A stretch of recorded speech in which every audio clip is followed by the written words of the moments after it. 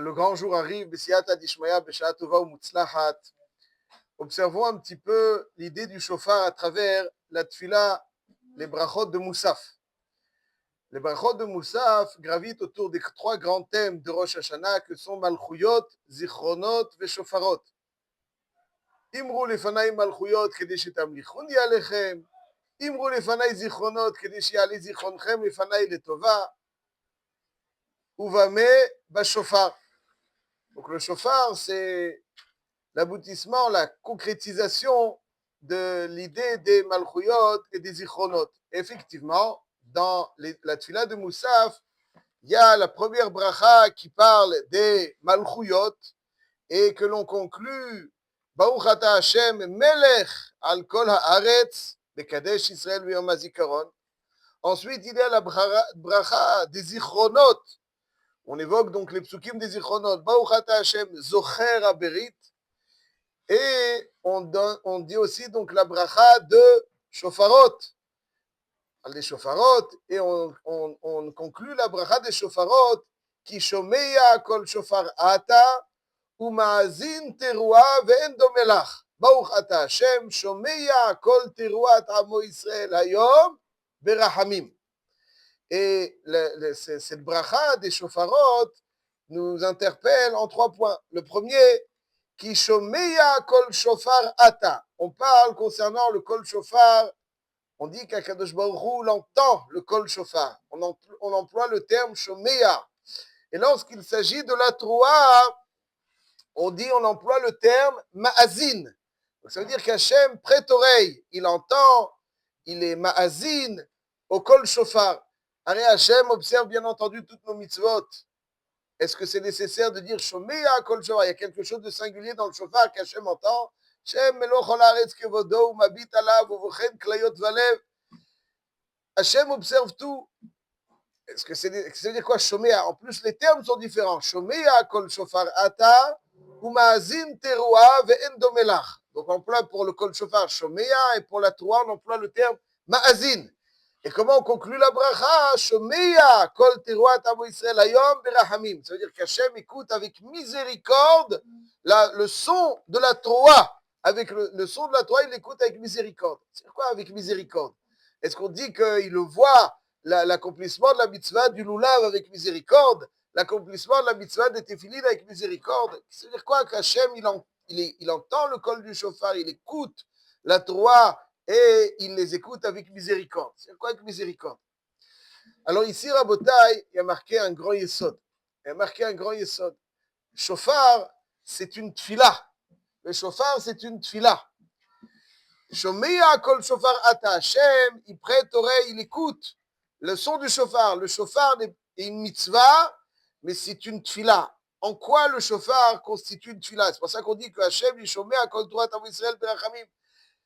En quoi le shofar est-il une tfila? Nous dit Rabbi Yonatan Eibeshitz, dans Yaharot Vash, Chelek Sheni Drush He. Il nous dit que la tfila du shofar, c'est la tfila, c'est un cri du cœur. L'homme est constitué d'un corps et d'une intériorité. Des fois, le corps peut être souillé, abîmé, sali par certaines choses. Et la tfila, quelque part, s'en ressent, elle est exprimée par quelque chose qui n'est pas suffisamment propre.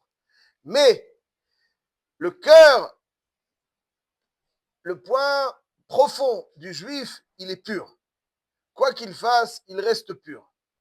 Lorsqu'on sonne du shofar, c'est un cri du cœur, c'est la tfila du cœur, c'est la tfila de la partie la plus pure et la plus nette du Ben Israël. C'est pour ça que le cri du shofar, qui est un son du cœur, est ce qu'il y a de plus percutant. Je cite le Yaharot des Vaches. Ulkar, il y a marqué dans Shir Hashirim, Ani Yeshena velibi yaer. Même lorsque je dors, mon cœur est en éveil. De quoi il s'agit? Il dit le Yaharot des Vaches, Zehu Rosh Hashanah, Shani Yeshena, Aval Levavi yaer, ki livivod Israël zakim ou nekim Lashem. À Rosh Hashanah, c'est toujours la Raya. Le Ham Israël, il est au féminin parce qu'il est la Raya. Il y a le Dod et la Raya. La Raya, c'est le Ham Israël. Livevot b'nei Israël, c'est-à-dire même lorsqu'elle est un petit peu anesthésiée, endormie, aval, le cœur est toujours en éveil. Livevot b'nei Israël, zakim ou nekim lachem. Il y a toujours quelque chose de pur, d'intact au sein du cœur du Ham Israël. Il y a des fois des enveloppes tachées, mais l'intériorité, elle est pure. Et dit le Yaharot Vash, Ulkar tikhu b'chodesh b'shofar b'rosh Hashanah, ki kol hayotze b'dibur em b'motzat hape. Lorsqu'on fait une tfila avec le dibour, avec le verbe, alors c'est Emalide Kilim Sharagouf, c'est le gouffre qui parle. Comme un tfila, c'est le gouffre qui parle. Aval kol shofar, ou à kol hayotze nefichat haruach yotze bilev. Ça veut dire que c'est quelque chose qui est exprimé par le cœur. Une tfila est exprimée par les membres du gouffre, mais le shofar, c'est une tfila exprimée par le cœur. C'est un cri du cœur qui ne passe pas par, qui n'est pas exprimé par les membres du gouffre, c'est un cri de tfila du cœur. Il dit le Yaharot Vash, Ulkar kol nivrar lachem mikol akolot. Le son, la tfila qu'Hachem apprécie particulièrement, c'est la tfila du shofar. Pourquoi? Ki kol ze ou milev. Parce que c'est la tfila du cœur, le shofar. Velev tamim lachem. Et le cœur, lui, est intact. Verachmana liba bae. Hachem, ce qu'il souhaite, c'est notre cœur. Ve'alev Israël kasher vetahor. Et le lèvre d'Israël est kasher vetahor. Après le chet de Adam Arishon, alors il y a eu quelque chose qui s'est abîmé. Mais le cœur du Ham Israël, lui, est intact. Et c'est ce cœur-là qui s'exprime. On ne sollicite pas avec le son du chauffard les membres l'expression verbale. Le son du chauffard, c'est quelque chose, une tfila qui provient du plus profond du cœur, et c'est cette tfila qu'Hachem entend parce qu'elle vient d'un point qui est intact. כך השופר טוב מאוד, כי הוא היוצא מלב, והנה זהו הטעם שתוקים בקרן בהמה, etc. Le Yaharot Vash va expliquer en long, en large tout ça. Donc on comprend, d'après le Yaharot des vaches, le doussard, pshat pashut dans la tfila, qui shomea kol shofar ata. Ça veut dire que le shofar n'est pas simplement une mitzvah, comme toutes les mitzvot, qui sont énormes, certes, mais shomea kol shofar Hashem, il aime le col du shofar, il entend le col du shofar. Ou ma'azin teroua, et berahamim. Berahamim, ça veut dire avec beaucoup de rahmanout. Pourquoi? Parce que le col du shofar, c'est ce qui permet de mettre en relief, de faire éclore le cœur profond, intact, pur, qui souhaite que le bien du Ham Israël, n'est-ce pas, dans beaucoup de douceraot, dans la Tarat Nedarim, comme on a dit ce matin, on est Mosri Moda, que en fait, tout ce qu'on fait comme chose qu'on n'aurait pas dû faire, c'est pas nous. C'est-à-dire quoi, c'est pas nous? Parce que le pshat, il est que le vrai moi du Yehudi, c'est ce cœur qui est pur. C'est ça le vrai moi. Et quand on est en toute lucidité, on dit à Hachem, tu sais, le vrai moi, ce à quoi je m'identifie le plus, c'est ce moi profond intérieur qui est intact. Le reste, alors il y a quelque chose qui me pousse, mais qui finalement n'est pas l'expression du vrai moi. Le kol shofar permet, c'est une fila du cœur qui lui est intacte et permet donc de faire appel à cette zone, cette dimension intacte et pure qui, elle, va exprimer cette fila. C'est pour ça que le Tov prend le dessus. La singularité du shofar, c'est la capacité à faire prendre le dessus au Tov par rapport à ce qui est moins bon. Donc cette partie intacte s'exprime et donc elle s'exprime, elle prend quelque part le dessus, hein, en tout cas à un moment donné. Ça, c'est donc le shofar. Donc le shofar, c'est une tfila. C'est une tfila, shomia kol shofar. C'est une tfila, le Yehudi qui aspire, qui exprime. Et pourquoi est-ce qu'on emploie pour le kol shofar shomia et pour la troua, on emploie le terme de ma'azin? Est-ce qu'il y a une différence entre shmia et ha'azana? Alors, il y a un prix Begadim dans Siman Tav Kouf Tzadik Bet. Le prix Begadim, il dit comme ça.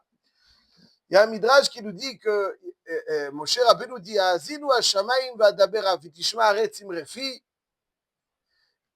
Il y a des Nevi'im qui disent, qui emploient le terme Ha'azana. Yeshaya, il emploie le terme Hazana pour la terre et Shmia pour le. En tout cas, si le Yesod qui a marqué dans le midrash Tanchuma est le suivant. Ha'azana, c'est toujours Bikarov. Comme Moshe Rabbeinu, il était Moshe Bashamayim. אז quand il dit Azinu Hashamayim, c'est plus proche.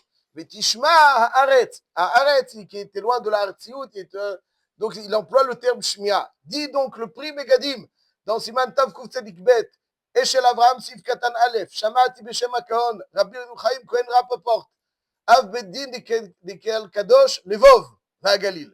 Shomea Kol Shofar, Pashut Tzadik Meikara. C'est-à-dire que quelqu'un qui est tzadik, Hachem dit Shomea, Aval, Shomea son col, le cœur qui crie, le cœur qui aspire, le cœur intact qui souhaite.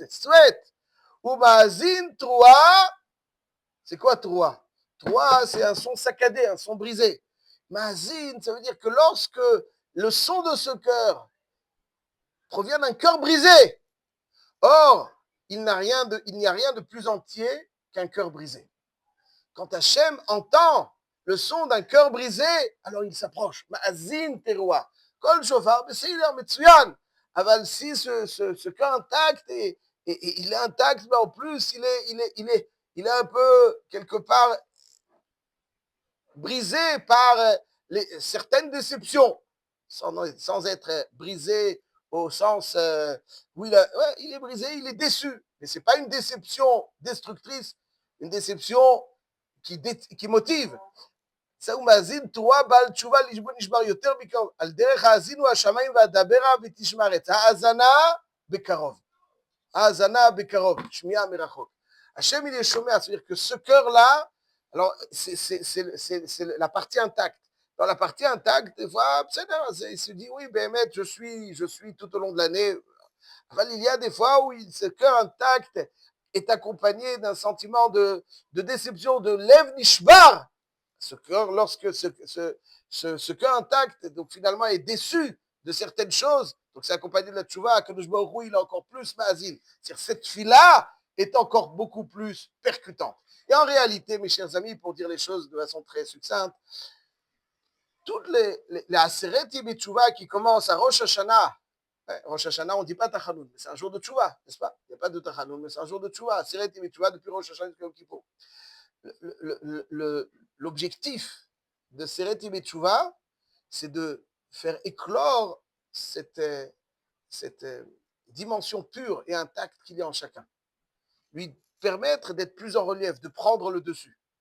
Ça commence par le son du chauffard et ça aboutit avec la tchouva, la kapara de Yom Kippour, comme Blineder on pourrait l'expliquer, mais en tout cas, ça c'est le yesod. Il y a une halakha dans le Shulchan Aruch, un siman entier dans le Shulchan Aruch, sur Aseret Yemei Tchouva. Qu'est-ce que nous dit ce séif sur Aseret Yemei Tchouva? Il nous dit, Tavresh Gimel, une phrase. Af mi she'eno nizar mipat shel kutim, ba'aseret yemei tchouva tzarich lizaer. Voilà, fin de citation de Maram. On a étudié B'siyata d'Ishmaya, un siman. Même celui qui, tout au long de l'année, ne fait pas attention à consommer du pain qui n'est pas allumé par un juif, pas de kod shel kutim, c'est moutar, c'est là. Shat adrak, c'est moutar. אבל בעשרת ימי תשובה צריך להיזהר. Pourquoi בעשרת ימי תשובה צריך להיזהר? מה העניין בזה? Ouais, c'est une comédie, et tout d'un coup tu es bizarre, pourquoi? Pour le pshat, et pendant la Seret Yemei Tchouva, l'objectif, c'est la chouve, ça veut dire un homme, il s'égare, il se perd, il y a des facettes dans lui qui se perdent. Alors, ce qui finalement oriente, le sens de l'orientation naturelle qu'un homme a, c'est ce côté intact. Parce qu'on sent le vrai. On sent le vrai. Et plus ce côté, cette dimension vraie que nous possédons, plus elle est présente, plus elle nous oriente, plus elle éclot, plus elle nous oriente.